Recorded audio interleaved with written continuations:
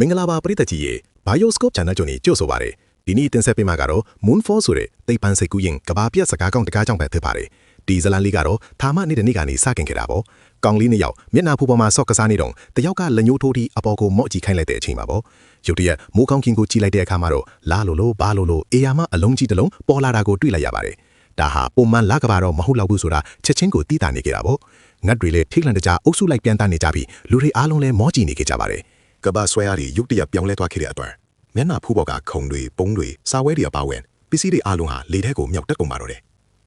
လမ်းပေါ်ကကားတွေထရက်ကားတွေစိုက်ကယ်တွေပါမကြမ်းအရာရာဟာလေထဲမှာမြောက်တက်နေတာကိုမြင်ရတော့ဘယ်သူမှကိုမယုံနိုင်စရာဖြစ်နေခဲ့ပါတယ်တချိန်တည်းမှာပဲအိမ်ထဲမှာတရင်ကြည့်နေတဲ့သူတွေလည်းမီးတွေပြတ်ပြီးအမောင်ဖုံးသွားခဲ့ပါတယ်အဆောက်အုံတွေမီးလောင်ပြိုချမြေပြင်ပေါ်ကရထားတွေနွားတွေအကုန်လုံးအပေါ်ကိုအားပြင်းပြင်းနဲ့ဆွဲတင်ခံခဲ့ရပါတယ်